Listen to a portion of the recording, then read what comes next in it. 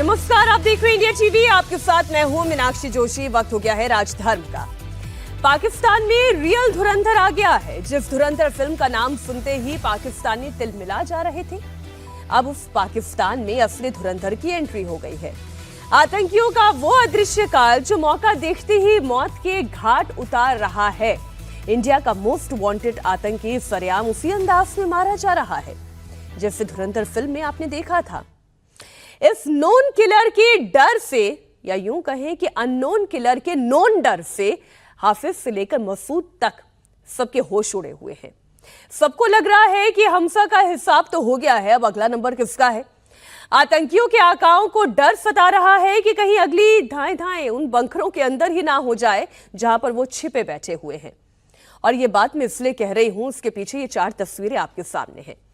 भारत के most wanted आतंकी हमसा बुरहान का कल पीओके मुजफ्फराबाद में कत्ल हो गया। गुमनाम गनमैन ने गोली मारकर उनकी हत्या कर दी। हमसा बुरहान को साल 2022 में ही भारत सरकार ने मोस्ट वांटेड आतंकी घोषित किया था। इसकी तलाश करीब 6.5 साल से भारतीय एजेंसी को थी। वो वेश बदलकर पाकिस्तान में छिपता रहा। पाकिस्तान की खुफिया एजेंसी ISI उसे बचाती रही, लेकिन कल जैसे ही इस अननोन किलर को उसकी लोकेशन मिली, उसका काम तमाम कर दिया गया। नवंबर 2020 में उसने जो पुलवामा में खून बहाया था, अज्ञात हमलावरों ने उसका हिसाब पूरा कर दिया। इसके बाद से पाकिस्तान में हड़कंप मचा हुआ है। हमजा बुरहान जो है, जिनका ताल्लुक अलबदर मुजाहिदीन से था, पाकिस्तान के साइड वाले कश्मीर में वो मारे गए और अननोन गनमैन ने उनको मारा है। एक तो यह है कि ये तकरीबन सिलसिला 4-5 सालों से चला हुआ है। पाकिस्तान के मुख्तलिफ शहरों में, लाहौर, कराची, पेशावर और इसके साथ साथ रावलपिंडी और कश्मीर के मुख्तलिफ इलाकों जिसमें मीरपुर है, मुजफ्फराबाद है और भी कुछ ऐसे इलाके हैं, बाग वगैरह, वहाँ पर इस तरह के लोग टारगेट हुए। डर और खौफ है इस वक्त ऐसी ऑर्गेनाइजेशन या इनके लोगों में। पाकिस्तान का पॉइंट ऑफ व्यू अगर मैं देखूं तो उससे पाकिस्तान को ये एक बेनिफिट जा रहा होता है कि इस तरह का बंदा जब मारा गया तो बात ही ख़त्म हो गई। ना ये जिक्र होगा कि जी पुलवामा का जो मास्टरमाइंड था, जो बताया जा रहा है आजकल, ये मेरे ख्याल में ये बेरोज़गार हैं। जो इनका काम था वो उस तरीके से इनको मिल नहीं रहा, और जब मारे जाते हैं तो मेरे ख्याल में पाकिस्तान की जो लाइबिलिटीज़ है वो कम हो जाती है। लेकिन मेरे ख्याल में तहकीक बहुत ज़्यादा ज़रूरी है कि अगर कोई शख्स ऐसी चीज़ों में इन्वॉल्व है तो उसका पता चलाया जाए, ना कि अगर मार दिया जाए तो मारने के बाद तो किस्सा ख़त्म। तो एक का किस्सा खत्म हुआ है। सवाल यह है कि ये गुमनाम गनमैन ने तो पुलवामा के गुनहगार का हिसाब पूरा कर दिया। नवंबर 2020 में पुलवामा में जो ग्रेनेड अटैक हुआ था, इसमें 12 लोग घायल हुए थे। 6.5 साल के बाद असली धुरंधर ने काम तमाम कर दिया। लेकिन 13 महीने पहले पहलगाम में जो आतंकी हमला हुआ था, उसका बदला भी बाकी है। उसका काम तमाम कब होगा? पहलगाम हमले को लेकर NIA ने जो चार्जशीट तैयार की है, उसमें आरोपी नंबर 1 लश्कर का मोस्ट वांटेड आतंकी सैफुल्लाह उर्फ साजिद जट उर्फ लंगड़ा को बनाया गया है। NIA की चार्जशीट में बताया गया है कि वारदात के वक्त सैफुल्लाह उर्फ साजिद जट पाकिस्तान के लाहौर में बैठकर आतंकियों को गाइड कर रहा था। रियल टाइम में लगातार तीनों आतंकियों से बातचीत कर रहा था और उन्हें कोऑर्डिनेट कर रहा था। सैफुल्लाह का जन्म पाकिस्तान के कसूर में हुआ। 2005 से लेकर 2007 तक कश्मीर के कुलगाम में रहा। यहीं रहकर उसने शबीरा नाम की एक महिला से शादी भी की और एक बेटा भी है, वो भी कश्मीर में रहता है। और इसका काम भी वही था जो TRF आप जानते हैं, द रेजिस्टेंस फ्रंट कहें या द रेजिस्टेंस फोर्स कहें, उसकी ताकत को जुटाने का काम भी इसी सैफुल्लाह का था। तो ये तो अगला टारगेट है। लेकिन बात पहले टारगेट नंबर 1 की, जो हमजा मारा गया। ये अंजाम कैसे दिया जाता है और किस तरीके से इस वक्त, हालांकि आप ये कह तो नहीं सकते कि कोई भारतीय खुफिया एजेंसी इसके पीछे काम कर रही है या कोई जासूस भारत का भेजा गया वो पाकिस्तान में इस काम को अंजाम दे रहा है, लेकिन पाकिस्तान में डर इसी बात का है जो डर धुरंधर में दिखाया गया था। 4 बेहद खास मेहमान हमारे साथ जुड़ गए हैं। Major general retired Arvind Bhatia हमारे साथ डिफेंस एक्सपर्ट जुड़ रहे हैं। हमारे साथ अहमद मुफ्ती खान बलोच पत्रकार हैं, आप हमारे साथ जुड़ गए हैं। हमारे साथ NNG दुबे पूर्व DIG BSF हमारे साथ जुड़ गए हैं और साथ ही मेहरान मरी बलोच एक्टिविस्ट हैं, वो भी हमारे साथ जुड़ गए हैं। तो पहला सवाल तो सर आप ही से है। जिस तरीके से एक एक करके, और एक पूरी पूरी लिस्ट है मेरे पास, साल 2022 में कराची में जहूर मिस्त्री जो कंधार हाईजैक कांड का आरोपी था, वो अपराधी था, वो मारा गया। फिर मई 2023 में लाहौर में परमजीत पंजवार जो खालिस्तानी कमांडो फोर्स का चीफ था, वो मारा गया। फिर सियालकोट में आतंकी शाहिद लतीफ मारा जाता है, अबू कताल मारा जाता है, अब हमजा बुरहान मारा जाता है। इस सीक्रेट मिशन के पीछे आखिर कौन है? ये काम कैसे हो रहा है?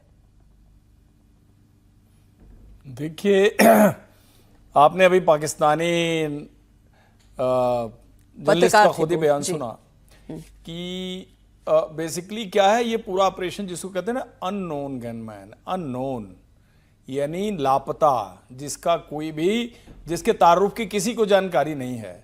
तो उन्होंने एक बड़ी मुस्कुराते हुए बात कही कि पाकिस्तान के अंदर भी लगता है टेररिस्ट ग्रुप, और जितने ये अनकंट्रोल्ड ग्रुप्स हैं इनके भाई भी काफ़ी बेरोजगारी आ गई है और इनको निश्चित रूप से कहीं ना कहीं रोजगार की तलाश है। तो एक तो बड़ा मुद्दा मुझे ये लगता है, और दूसरा जो फैक्शंस हैं, various terrorist factions operating in PoK, और जो नॉर्दर्न पार्ट ऑफ पाकिस्तान है उसके कुछ शहरों में ये बहुत ही एक्टिव ग्रुप है। और अगर दूसरा पहलू देखा जाए तो ये सब हमारे वांटेड टेररिस्ट हैं। अगर आप पूरी लिस्ट को आप खंगालेंगे ना, तो ये सारे किसी न किसी आतंकी वारदात में भारत से एब्सकॉन्डेड टेररिस्ट हैं। और अभी जो रिसेंटली कल मारा गया है टेररिस्ट, ये टेररिस्ट तो हमारे unlawful activity prevention act NIA के चार्जशीटेड लिस्ट के अंदर इसका नाम है।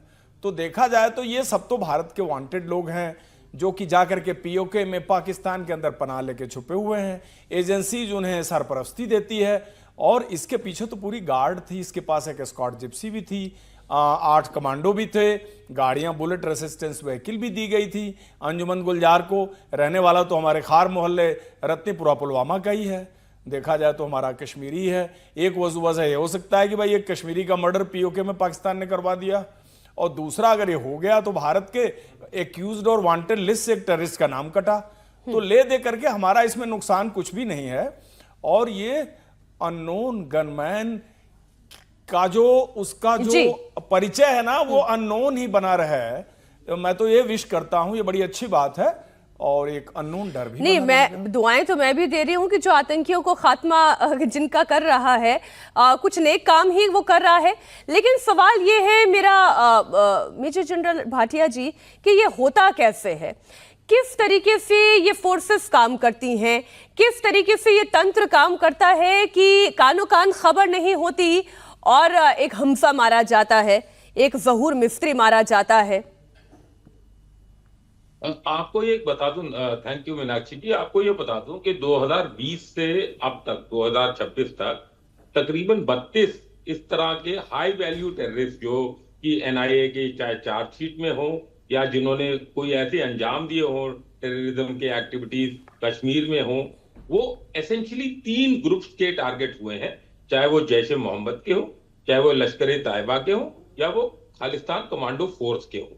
और अगर आप इनको देखेंगे कि ये कहाँ मरे हैं, तो ये जनरली या तो पीओके में मरे हैं, या वो लाहौर, कराची, रावलपिंडी, इस्लामाबाद या पेशावर। इसमें से 3-4 जो केसीएस के मरे हैं वो कनाडा में भी मरे हैं और एक लंदन में मरा है। तो ये जो एक तरह से दहशत या एक खौफ पैदा हुआ है पिछले 5-6 साल में, तो कोई भी अगर इंटेलिजेंस एजेंसी या कोई भी एक्सटर्नल एजेंसी, क्योंकि जब इसकी इन्वेस्टिगेशन होती है तो उसका एक वो देखा जाता है कि उसका दिखाया जाता है कि इंडिया की तरफ और R&AW को, लेकिन इंडिया ने हमेशा ऑफिशियली इसको डिनाई किया है और कोई भी कंट्री पूरे वर्ल्ड में इसको एक्नॉलेज नहीं करती। बट कहने की बात यह है कि ये जो टेररिस्ट थे, ये चाहे पाकिस्तान के लायबिलिटी कह रहे थे वो जो पाकिस्तानी पत्रकार थे, बट मैं तो कहूं ये उनके हाई वैल्यू एसेट थे, क्योंकि वो टेररिज्म का काम इंडिया में कर रहे थे। तो उनको बर्बाद किया है, और ये इस तरह होते रहना चाहिए,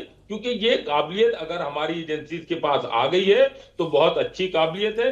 हमने ये एसेट्स, ये जो अपने लोकल एसेट्स क्रिएट कर लिए हैं दुश्मन देश में, जो कि इस तरह की कार्रवाई को अंजाम दे सकते हैं। और हम ही नहीं, कोई भी डेवलप्ड कंट्री की इंटेलिजेंस एजेंसी, चाहे वो यूएसए हो, चाहे वो इंग्लैंड हो, चाहे वो इजराइल हो, चाहे वो जर्मनी हो, इस तरह की कार्रवाई को अंजाम देता है अपने नेशनल इंटरेस्ट में। अगर आप देखें तो पहलगाम में जो चार्जशीट हुई थी वो 19 टेररिस्ट की 19 या 20 टेररिस्ट की हुई थी। उसमें अब तक 21 मर चुके हैं, 9 लोकल और जो बाकी 12 जो थे वो पाकिस्तानी टेररिस्ट मर चुके हैं। तो ये इस तरह की कार्रवाई होती रहनी चाहिए, चाहे वो लाइन ऑफ कंट्रोल के इस तरफ हो या उस तरफ हो। और ये जो डर क्रिएट किया गया है और जिसको जो एक सोशल मीडिया या मैं कहता हूं बॉलीवुड ने धुरंधर के थ्रू इसको जो फैलाया है, ये बहुत अच्छा डर है और इसको कायम रखना चाहिए, बल्कि इसको और हवा देनी चाहिए ताकि ये जितने भी हैं इनको पैगंबर के पास इनके भेजा जाए। अहमद मुफ्ती खान जी हमारे साथ जुड़े हुए, मुझे ये बताएं कि पाकिस्तान में इसकी चर्चा किस तरह से हो रही है। अभी जैसे जिन पाकिस्तानी जर्नलिस्ट की हमने यहाँ पर बात सुनाई, उनका कहना ये था कि वहाँ कुछ खौफ भी है, कुछ डर भी है और कुछ राहत भी है कि चलिए हमारे सिर पर नहीं आएगा कि एक आतंकी यहाँ हमने पाल रखा था वो खुद ब खुद खत्म हुआ। वहां पर इस वक्त पाकिस्तान में क्या चर्चा हो रही है? जी मीनाक्षी जी नमस्कार, आपका शुक्रिया। देखें, हमारे पास भी, मैं यहाँ वॉशिंगटन डीसी में हूँ, तो हमारे पास भी जो रिपोर्ट्स हैं वही हैं जो आपके पास हैं। वहाँ पर तो पाकिस्तान में किसी को अगर नज़ला या ज़ुकाम हो जाए, बड़े उनके जो लीडरान हैं उनमें भी उनको रॉ का हाथ दिखता है। हर एक मामले में उनको रॉ का ही हाथ ही दिखता है। ये पाकिस्तान ऐसे मुसीबत अंग्रेज खड़ा करके चला गया गैर ज़रूरी तौर पर। जिन्ना मरदूद टीबी ज़दा, उसने इनके लीडर बनकर इस बंटवारा करवाया। भारत इतना ज़बरदस्त मुल्क, उसका बंटवारा कराया। आपको मालूम है ये टेररिज्म आज का नहीं है, जैसे ही बना 2 हफ्ते के बाद ऑपरेशन गुलमर्ग उन्होंने शुरू किया कश्मीर के अंदर। जैसे कि आपको मालूम है जिन्ना थे और उस टाइम पे गोरा आर्मी चीफ था पाकिस्तान का। तो गोरों ने पाकिस्तान बनाया, गोरों ने इसको पाला पूसा और जिन्ना ने ही अरबों डॉलर अमेरिका से हथियार मांगे। देखिए ये सारा बदमाशी पाकिस्तान करता है, इसको हथियार ये चीज़ों की ज़रूरत होती है जी, तो इसको कौन देता है? America number 1, number 2 China. इसके बलबूते पर ये अपनी बदमाशी रचाए है। हमने तो धुरंधर मूवी मीनाक्षी जी 4 मरतबा, दोनों जो धुरंधर 1 भी 4 मरतबा, धुरंधर 2 भी 4 मरतबा देखे। और धुरंधर जो है जिस इलाके का है, लियारी, वो हमारा खास इलाका है, वहीं के हम हैं, हमारे सारे रिश्तेदार वहां रहते हैं। और धुरंधर में जो किरदार है वो सबके सब हम सबको जानते हैं। तो हम तो ये बॉलीवुड के बहुत ही ज्यादा मशहूर हैं कि उन्होंने ये काम किया। आप मेहरबानी करके 4-5 धुरंधर बना दे, पाकिस्तान खुद खुदा हाफिज हो जाएगा। अब वो तो मुझे पता चला कि वहाँ पाकिस्तान में भी कैसे उसको देखा गया है फोन पे डाउनलोड कर करके। अब फिल्में रिलीज तो नहीं हो सकती। बहरहाल मेरा मेहरान मरीची सवाल आपसे ये है कि पाकिस्तान ये जानता है कि उसकी ज़मीन पर आतंकवाद को लगातार फंडिंग मिलती रही है, वहाँ से आतंकी तैयार होते रहे हैं, लेकिन जो अभी उन पत्रकार की ही बात को अगर मैं कहूँ कि क्या अब वहाँ पे आतंकी भी बेरोजगार हो गए हैं? वहाँ पर ऐसी परिस्थिति आ गई है जहाँ पे पता है कि भारत में 0 टॉलरेंस की नीति चल रही है। भारत के रक्षा मंत्री ये कह चुके हैं कि एक बार और आतंकी हमला हुआ तो ऑपरेशन सिंदूर जो इस वक्त स्टैंड बाय मोड पर है वो फिर से एक्टिवेट हो जाएगा और इस बार फिर जो पाकिस्तान की दुर्गति होगी उनकी 7 पुश्तें याद रखेंगी। तो क्या इस वक्त पाकिस्तान भी पूरी तरीके से खामोश हो चुका है और जो हो रहा है वो बस एक स्पेक्टेटर बनकर देख रहा है? जी देखिए, कॉमन नॉलेज है पाकिस्तान में अननोन किलर जो होते हैं वो ISI को कहते हैं। That's the code name for ISI, unknown killer. तो बिल्कुल मेरे ख्याल में इसके पीछे भी बिल्कुल ISI है। पाकिस्तान डेस्परेट है मेरे ख्याल में। आप देख रहे हैं ईरान का हिमायत कर रहा है, सऊदी में फौज भेज रहा है, सऊदी का दिफा करने को ईरान से, तो वो बहुत ही डेस्परेट सिचुएशन में। तो इस टाइम मेरे ख्याल में इंडिया इज थिंकिंग वाइजली। मेरे ख्याल में इन डेस्परेट फौजियों को, आईएसआई को पैसे देके अपने दुश्मनों को मरवा रहा है, and it's an inside job. That's my opinion, ये इनसाइड जॉब है। और इनके एसेट जो है वो डिस्पोजेबल है। फिर आप ये बताएं मुझे, आप ये कह रहे हैं कि ये अंदर के ही लोगों का काम है, और अगर ये आईएसआई का ही काम है तो फिर वो अपने ही एसेट को धीरे धीरे करके खत्म क्यों कर रहे हैं? जी बहुत, ये टेररिस्ट फैक्ट्री है, वो एसेट्स कॉन्स्टेंटली बनाते जा रहा है। ये चाइना से टेक्नोलॉजी लिया है, ये फैक्ट्री दहशतगर्द बना रहे हैं कॉन्स्टेंटली, सो दे डिस्पोजेबल। ये इनसाइड जॉब है, ये पैसे के लिए अपने आप अपने लोगों को मरवाने के लिए कोई टाला नहीं करते, इनका कोई वैल्यू नहीं होता है। द अपर एशेलॉन्स जो मिलिट्री के हैं, वो उनके बच्चे और वो नहीं मरते हैं, वो खाली कनाडा और यूरोप में यहाँ वहाँ सेटल होते हैं, अमेरिका में। ये जो फौज है और इनके जो हवारियां, ये सारे डिस्पोजेबल है। आप ये कह रहे हैं कि इनको मारकर ये पाकिस्तानी कोई फायदा उठाना चाह रहे हैं? हाँ 100%।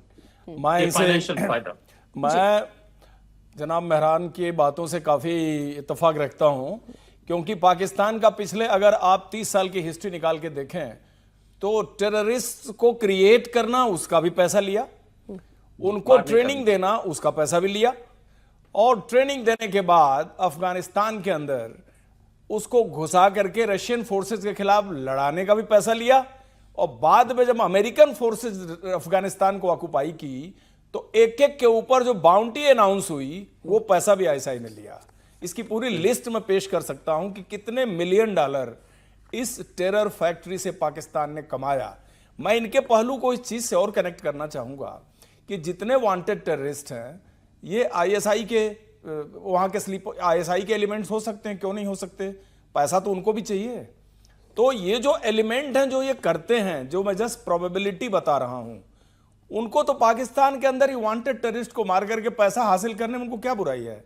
वो कल को कराची के झुग्गी झोपड़ी से 2500 टेररिस्ट तैयार करके पीओके भेज देंगे, उसका पैसा भी कमाएंगे। यही बात समझने वाली है पाकिस्तान के अवाम को कि यह एक अकलौता मुल्क है जो मुजाहिद बनाने का पैसा लेता है, ट्रेन करने का भी पैसा लेता है, अटैक करने का पैसा लेता है, और कल को जब वांटेड हो जाएं तो उन्हें मारने का भी पैसा लेता है। ये बिल्कुल फैक्ट है ये। अच्छा, लेकिन ऐसा नहीं कि पाकिस्तान में कोई पहली बार हो रहा है जब अज्ञात हमलावरों ने मोस्ट वांटेड आतंकियों को इस तरीके से मौत के घाट उतारा है।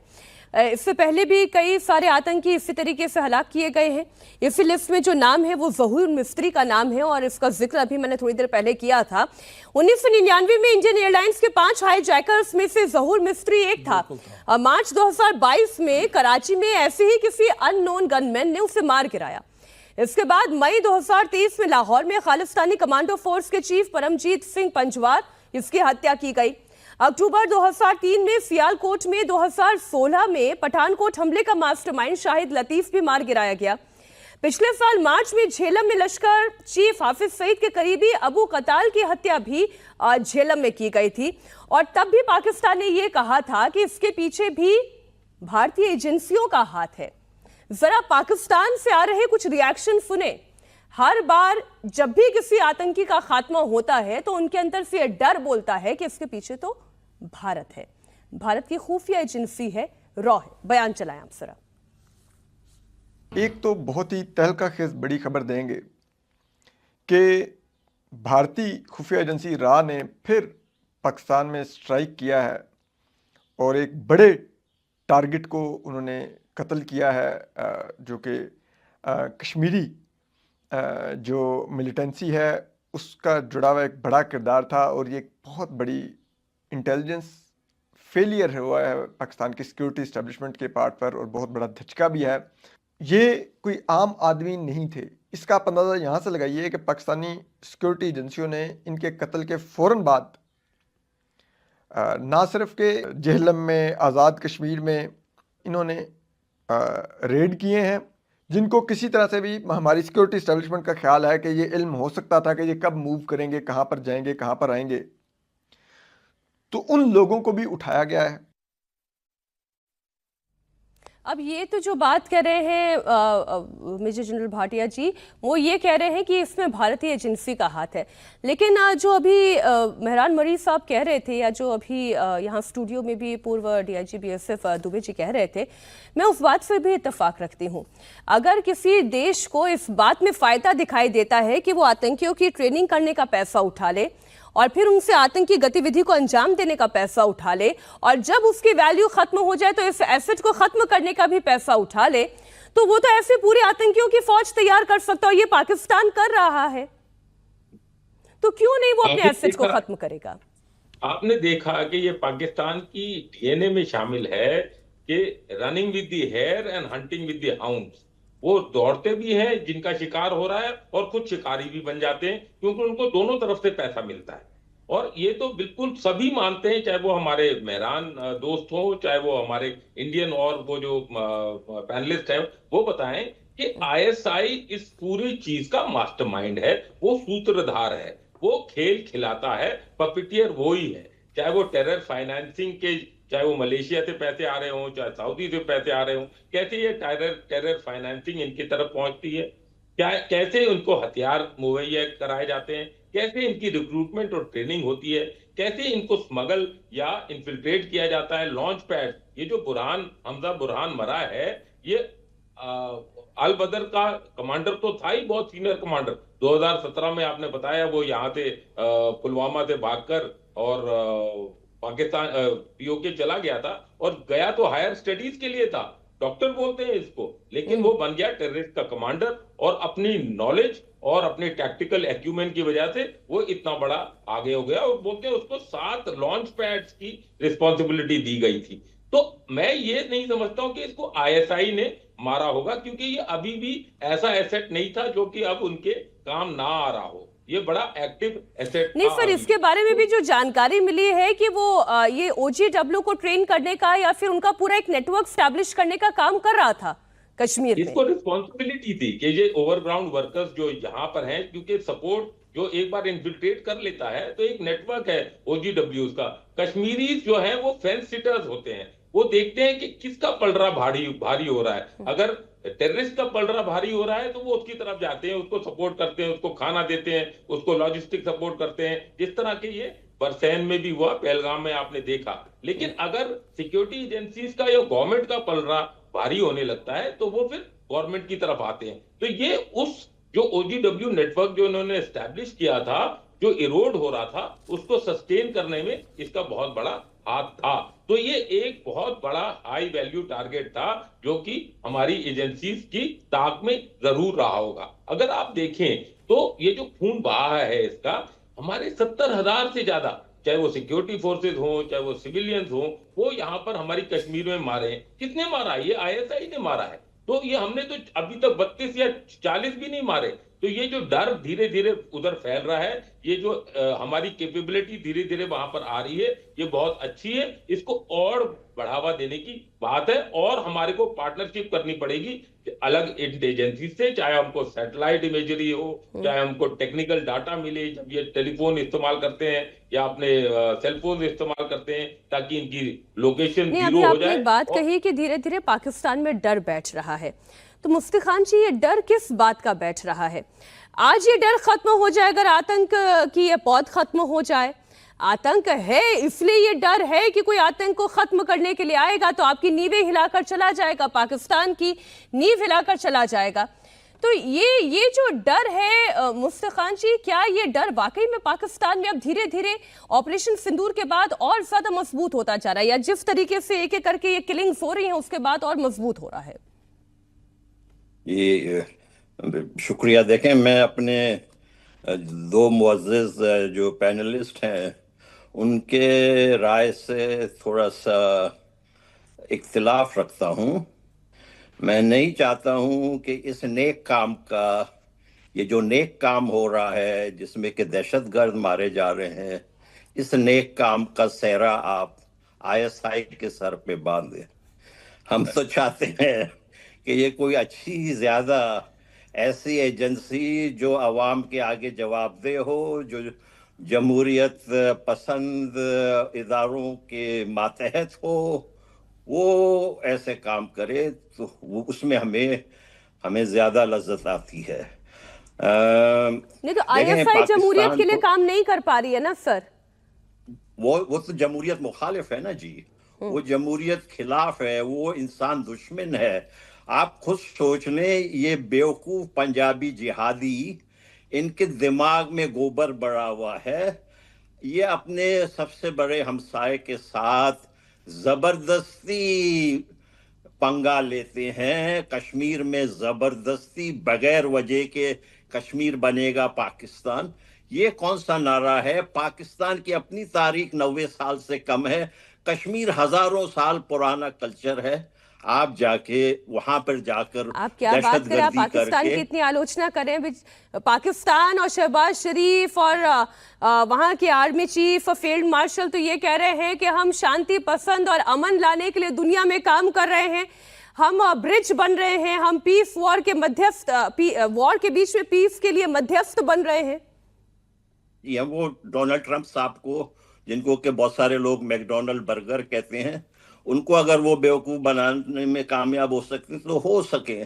बलोचों को, अफगानों को, पश्तूनों को, भारत के अवाम को ये लोग बेवकूफ नहीं बना सकते हैं।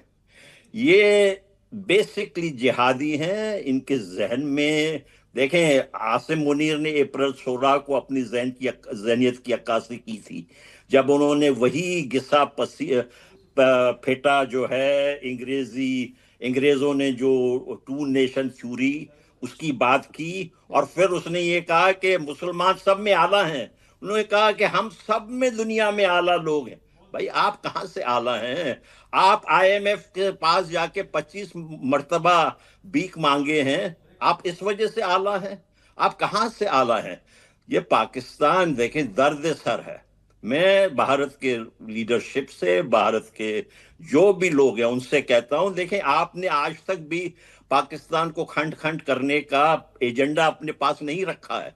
इस वजह से ये सारी चीजें करता जाता है, और आप ना समझें कि ये लोग कभी भी रुकेंगे। इनके जहनियत ही यही खराब है, ये कभी नहीं सुधरेंगे। मैं आपसे अर्ज करता हूं। मेहरान मरीज जी को भी मैं इन्वॉल्व करना चाह रही हूँ कि कहीं तो जाकर पाकिस्तान भी रुकेगा, कहीं तो उसको अपने आवाम की थाली में आ रहा खाना महंगा दिखाई देगा, कहीं तो उसको पेट्रोल जो महंगा हो रहा है वो दिखाई देगा। ये हसरतें कि कभी कश्मीर जो है उस पर पाकिस्तान का झंडा लहराएगा, ये हसरतें कहाँ जाकर खत्म होगी? ये नामुमकिन सा सपना कब देखना बंद करेगा पाकिस्तान? जी देखें, हमको हकीकत पसंदी से इस पूरे सिचुएशन का मुआयना करना पड़ेगा। देखें, फाउंडेशन भी इसके मुनाफिकत पे मबनी है, इसका हिस्ट्री कंस्ट्रक्टेड और मैन्युफैक्चर्ड है, इसका अवाम आर्टिफिशियल है, इसके बाउंड्रीज आर्टिफिशियल है, इसमें कोई हकीकत है नहीं। पाकिस्तान को आप एक नॉर्मल नेशन स्टेट जैसे नहीं देख सकते हैं। ये एक आर्टिफिशियल एंटिटी है, created by the imperial powers for their use, उसी के लिए इस्तेमाल हो रहा है। हम सब उसके विक्टिम्स हैं। लेकिन एक चीज का मैं थोड़ा एम्फसाइज करना चाहूंगा, वो अपने को हिंदुस्तान के साथ हमेशा बराबर करता है, बिकॉज उसका स्टेटस एलिवेट होता है। अदरवाइज वो तो ईरान के साथ अपना मुआवजा नहीं कर सकता कि Iran is far superior, Afghanistan के साथ नहीं कर सकता। अफगानिस्तान एक सिविलाइजेशन है, हम बलोच खुद एक सिविलाइजेशन है। वो सिंदूर हो या कोई और स्कर्मिश हो किसी कश्मीरी बॉर्डर पे, उस अपने अवाम को मोटिवेट ऐसे ही करते हैं। वो अपने हर इलेक्शंस में इंडियंस का नाम लेते हैं, रॉ का नाम लेते हैं। अनफॉर्चुनेटली इंडिया में भी जनरली अपने इन इलेक्शन में पाकिस्तान का रेफरेंस देते हैं। इंडिया शुड एक्ट सुपीरियर, वो अपने को बराबर करता है, इससे पाकिस्तान का स्टेटस एलिवेट होता है। ये बहुत एक बेसिक चीज है। पाकिस्तान एक आर्टिफिशियल एंटिटी है जिसके प्रायोरिटीज टोटली फर्क है और नेशन स्टेट से। आप कहते हैं कि पेट्रोल नहीं होगा, लोग भूखे होंगे, दे डोंट केयर। जो ऊपर फौजी बैठा है मुल्ला मुनीर और उसके फैमिली, वो मेरे ख्याल में अमेरिका में पता होगा, अमेरिका शिफ्ट हो गए। It's all about the military elite, और कोई अवाम है नहीं। बोलते हैं ना जी, हर मुल्क का फौज होता है, इस फौज का मुल्क है। That's the way it works. आप ये कह रहे हैं कि वो लोग अमेरिका शिफ्ट हो गए हैं? बिल्कुल, इनकी बात में दम है, क्योंकि ये अमेरिका के साथ कोई नई बात नहीं है, ना ही पाकिस्तानी जनरल्स के साथ कोई नई बात है।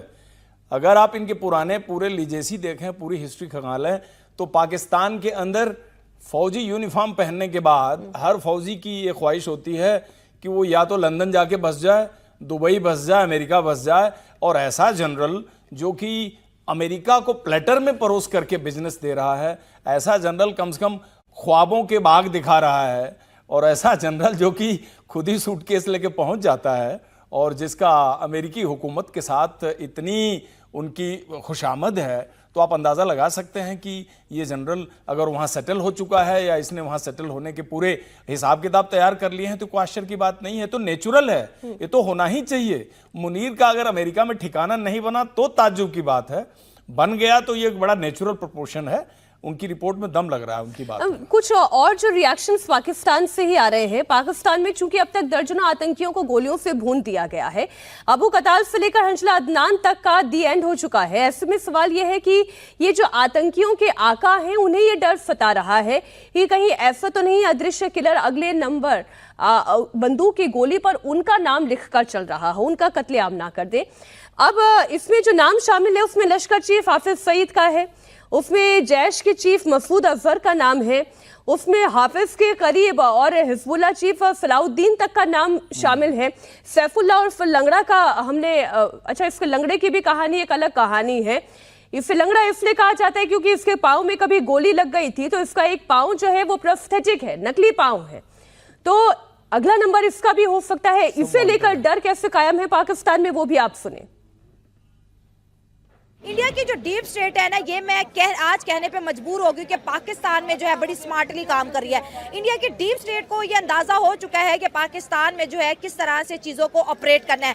हम बात कर रहे हैं अबू कताल, सिंधी की, जिनको गन डाउन किया गया, और साथ साथ ये भी खबरें आ रही है कि हाफिज सईद को भी टारगेट किया गया और उनको भी जी बड़ी शदीद चोटें आई हैं, उनकी गाड़ी पर भी हमला हुआ है, लेकिन ये खबर अभी मंजर आम पर नहीं है। अगर हाफिज सईद जो है हाउस अरेस्ट है, तो फिर जनाब वो बाहर घूमने क्या गए थे? और इंडिया की जो एक है कि हम घर में घुस के मारते हैं, आज अगर देखा जाए तो 25 से ज्यादा ऐसे लोग पाकिस्तान में घर में घुस के मार दिए गए हैं, जिनका ताल्लुक किसी जो है मुजाहिदीन वाले सिलसिले से था, कश्मीर वाले सिलसिले था। यानी इंडिया की लिस्ट में जो लोग थे, इंडिया उनको चुन चुन के जी मार रहा है पाकिस्तान के अंदर।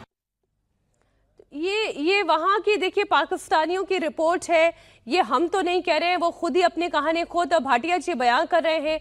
वो बता रहे हैं कि ऑपरेशन सिंदूर तो वो था जो प्रत्यक्ष था, वो ये कह रहे हैं कि परोक्ष रूप से अब अंदर घुस घुस के उनके घरों में जाकर अब मारा जा रहा है, कत्लेआम हो रहा है, और पाकिस्तान की सरकार के हाथ में अब कुछ रह नहीं गया है, ना ही वहाँ की डिफेंस के हाथ में कुछ रह गया है।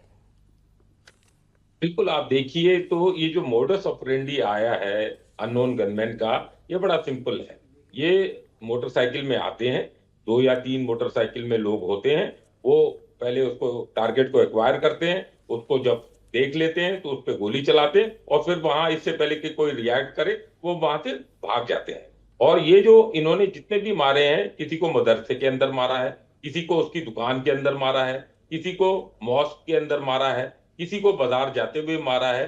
तो ये जो दिनचर्या जो है उनकी, वो इसको ऑब्जर्व करते हैं और इनको देखते हैं, और तो ये मेरे हिसाब से ये लोकल एसेट्स जो हैं वो क्रिएट किए गए हैं। अब किसने क्रिएट किए गए हैं, ये इस पे हम ज्यादा बातचीत नहीं करेंगे, बट ये इसने एक ऐसा एक संयोजित करके एक मुकाम हासिल किया है जिससे कि दहशत फैली है, और जो सरगना है, जो सबसे लीडर्स हैं, और आप देखिए तार तो जुड़ ही गए ना, चाहे वो आईएसआई हो, चाहे आर्मी हो, चाहे स्टेट हो, वो तो एक्नॉलेज किया उन्होंने। ऑफ सिंदूर में बिल्कुल साफ होके आया, क्योंकि उनकी जो मैयत हुई तो उसमें कोर कमांडर ने अटेंड किया। जो इनकी फाइनेंसिंग होती है, जो जितने भी एनआईए ने तार ढूंढे, चाहे वो टेक्निकल सर्विलेंस से हो, चाहे वो उनकी टेरर फाइनेंसिंग फंडिंग से हो, वो सब आईएसआई से जुड़े। हुक्म कहां से मिल रहा था? आईएसआई से। तो ये सब जो लिंक ढूंढे, तो पूरा पाकिस्तान इसमें शामिल है। ये आवाम भी अच्छी तरह जानता है, लेकिन क्या है कि आवाम अभी भी मजबूर है, क्योंकि आर्मी का दबदबा बहुत ज्यादा है। उसकी लाइकिंग जरूर कम हुई है, लेकिन दबदबा कम नहीं हुआ है। और ये जैसे एक बात जो कही जाती है, जो खास तौर पर ऑपरेशन सिंदूर के बाद बहुत जोर शोर से कही जाने लगी, और पाकिस्तान के अंदर से भी कुछ धड़े ऐसे, चाहे आप सिंध की बात कर ले, बलूच, अभी तो मुफ्ती खान जी खुद बताएंगे कि पाकिस्तान को अब डर इस बात का सता रहा है कि कहीं ऐसा ना हो कि अंदर से ही पाकिस्तान टुकड़े टुकड़े हो जाए। मैं एक बात बोलना चाह रहा था हाँ कि जी, जी। ये डर जो है ये टेररिस्ट या ये मुजाहिदीन के अंदर नहीं है, हाँ। ये इनके आसिफ मुनीर में भी डर है। जब कोर कमांडर्स की कॉन्फ्रेंस लेता है अपने वॉर रूम में तो बुलेट प्रूफ जैकेट या पहन के रखता है, जो बुलेट प्रूफ शीशा अपने सामने रखता है, कहीं किसी हेलीकॉप्टर में नहीं बैठता, किसी जहाज में नहीं बैठता जो सिंगल इंजन हो, जो बलूचिस्तान की तरफ जा रहा हो या जो ऐसी जगह जा रहा हो जहां पर उसको खतरा हो कि मेरे को मार दिया जाएगा। तो ये डर जो है ये जो पाकिस्तानी इलीट हैं उनके अंदर भी परमिएट किया है और ये और बढ़ेगा, ये कम नहीं होगा। अमेरिका का जितना भी हाथ हो रहना जब तक उन्होंने पाकिस्तान में है, ये डर और ये दहशत बढ़ती जाएगी जब तक वो अपने आप को सुधारेंगे नहीं। वो तो और मेरे हमने को नहीं अलग लगता अलग कि समय अपने पर आप को देखा सुधारें। ही कि कैसे कि बलूचिस्तान से पैदा होने वाला खनिज कभी अमेरिकियों के हाथ तो कभी चीनियों के हाथ बेचने की कोशिश करते हैं कि अमेरिकी और चीनियों के बीच में ठनी रहे, पाकिस्तान के हुक्मरानों की बनी रहे। ये कोशिश हमने कई मर्तबा देखी है मुफ्ती खान जी। तो ये जो एक डर इस वक्त पाकिस्तान के हुक्मरानों में है कि एक तरफ धुरंधर आकर अपना काम कर जा रहा है, दूसरी तरफ वहां पर जितने रिवोल्यूशनरीज हैं वो खड़े हो रहे हैं, वो अपने अधिकार की बात करने लगे हैं। बलूचिस्तान अलग, सिंध अलग, खैबर पख्तूनख्वा अलग, कहीं ऐसा ना हो कि पाकिस्तान 5 टुकड़ों में बंट जाए। ये बहुत अच्छी बात, ये बात तो आपके मुंह में घी शक्कर। हमारी तो बड़ी ख्वाहिश है कि पाकिस्तान खंड खंड हो। मैं आपसे अर्ज करूं, देखें आप लोगों ने आज तक इस बात पे तवज्जो नहीं दी। ये जो बलूचिस्तान है वो पाकिस्तान का इकोनॉमिक पावर इंजन है। और जब मैं पाकिस्तान कह रहा हूं, पाकिस्तान के फौज ने क्योंकि इसको कब्जा किया हुआ है, उसके जो भी फवायद हैं वो पाकिस्तान की फौज ले रहा है। ये मैं आपसे अर्ज करूं, तो जब तक ये खजाना उनके हाथ में है वो अपनी बदमाशी करते रहेंगे। ये हमारा तज्जिया है, बहुत ही ऑनेस्ट तज्जिया है, इसमें हम कोई यहाँ वहाँ की बात नहीं कर रहे हैं। हमारा ऑनेस्ट यही ख्याल है कि बलूचिस्तान जब तक ये पंजाबी जिहादी जनरलों के हाथ में होगा वो किसी को भी चैन से नहीं रहने देंगे। हमें दिखाकर डोनाल्ड ट्रंप से अपने रास्ते निकालते हैं, हमें बताकर चाइना से अपने ट्रेड डीलिंग करते हैं। सारा कुछ हमारे इलाके के जो वसाइल, हमारा जो स्ट्रेटेजिक पोजीशन है। मैं आपसे अर्ज करूं मीनाक्षी जी, आज तक पाकिस्तान ने ये तस्लीम नहीं किया ना कि दाऊद इब्राहिम उनके पास है। मैं आपसे ऑनेस्टली कह रहा हूं, 1997 अक्टूबर में एक कराची में एक शादी थी, मैं वहां मौजूद था, वहीं पर दाऊद इब्राहिम साहब मौजूद थे और इतनी सिक्योरिटी थी कि 4 ब्लॉक मशरिक, 4 ब्लॉक मगरिब, 4 ब्लॉक जो है नॉर्थ, 4 ब्लॉक साउथ, तमाम तर सिक्योरिटी, उसको VVVIP स्टेटस हासिल है। लेकिन एक खुशखबरी इसमें यह भी है कि अगर कोई सिंध में जो ISI का सेक्टर कमांडर है उसको $2 मिलियन $3 मिलियन दे दे तो वो भी दाऊद इब्राहिम भी खुदा हाफिज हो जाएगा। दुबे जी इस पे कमेंट कुछ करना चाह रहे थे। बड़ी अच्छी बात है, आपने ISI के इतने सीनियर जनरल का रेट बताया, इसके इंडिकेट किया है, बहुत बड़ी बात है। वैसे कोई इसमें हैरानी वाली बात नहीं है। और जो अभी इससे पहले जनरल भाटिया ने एक बात कही थी कि ज़्यादातर इस तरह के वांटेड टेररिस्ट इन हालातों में मारे गए हैं जिसमें कि मस्जिद है या बाकी जगह है। तो यहाँ मैं एक बात जोड़ना चाहूँ, जो नहीं मारे गए हैं वो नमाज पढ़ने नहीं जा रहे हैं, ये एक नई चीज़ है। क्योंकि और ख़ास करके सुबेरे की और रात की तो बिल्कुल नहीं पढ़ते हो, क्योंकि दिन में थोड़ा बहुत तो चांस ले लेते हैं। तो एक चीज़ बड़ी इसमें एक और है, जो जिस तरह से कि पाकिस्तान के हुक्मरान को और उनके मिलिट्री चीफ को इस बात को समझना पड़ेगा कि इस तरह के जो वहाँ के रोग एलिमेंट हैं, ऐसे एलिमेंट हैं जो कॉन्ट्रैक्ट किलिंग कर सकते हैं पैसे पे, ये कोई अच्छा इंडिकेशन नहीं है पाकिस्तान के लिए। मतलब सवाल तो ये है कि anybody can victim of those people. तो भारत के लिए तो विन विन सिचुएशन है। देखिए ये जितने मारे गए हैं इनको कभी आप म्यूचुअल लीगल एग्रीमेंट ट्रीटी के तहत हमको प्लेटर में परोस के तो देते नहीं, ना ही रेड कार्नर नोटिस का पाकिस्तान के ऊपर कोई असर पड़ता है। तो भारत अपने ऊपर किए गए तोहबत हमले के तोहबत को कब तक देखता रहेगा? एक स्टेट की कोई रिटन या लीगल रिजीम पॉलिसी ना भी हो तो भी एक कहावत है, बिना मारे दुश्मन मरे। तो अगर बिना मारे दुश्मन मरता है तो इसमें भारत का कोई नुकसान नहीं है। हमारे यहाँ सब लोग बड़े खुश हैं और अननोन गनमैन और लोग किलर के लिए बड़े शुक्रगुजार हैं क्योंकि इससे पहले दोनों धरती एक ही थी। अब वहां का मारा तो यहाँ का मारा, हमारे लिए कोई फर्क नहीं पड़ा। और मेरे मन में तो सवाल ये है कि ये जो भी सीक्रेट गनमैन है, ये जो भी अननोन किलर है या धुरंधर है, मैं यूं कह लूं, उसका अगला टारगेट कौन है, अगली कौन सी बड़ी खबर पाकिस्तान से यूं ही आने वाली, मैं आपके सामने रखूं। मेरा तो बस इसी बात का इंतजार है। बहुत शुक्रिया आज राजधानी में हमारे साथ जुड़ने के लिए मेहरान मरी जी, एनडी दुबे जी, साथ ही मुफ्ती खान जी, भाटिया जी, बहुत शुक्रिया हमारे साथ जुड़ने के लिए।